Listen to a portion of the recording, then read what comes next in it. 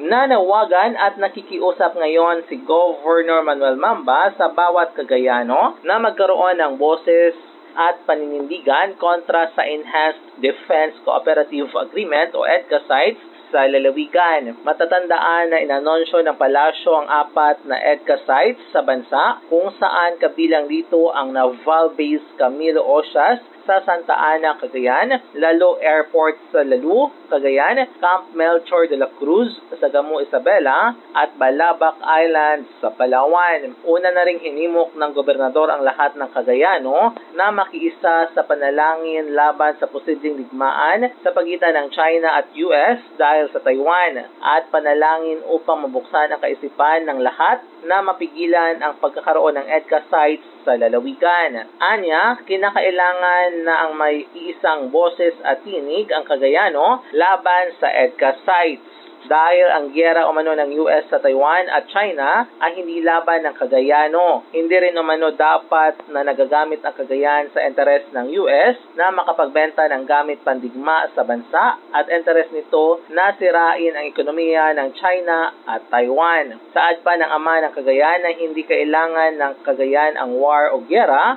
bagkos ang nakikita niya ay oportunidad sa bansang China upang makipagkalakalan ang Cagayan sa larangan ng agrikultura na makapagpapalago sa ekonomiya ng lalawigan lalo na kapag nabuksan na ang Port of Apari. Pahayag pa niya na hindi niya kaya ang laban na mag-isa, kundi mas mahalaga na may malakas na tinig laban sa nakaamba na giyera ng US sa Taiwan at China. Mula dito sa Cagayan, MJ de la Cruz para sa Radyo Alternatibo, Balita Nationwide.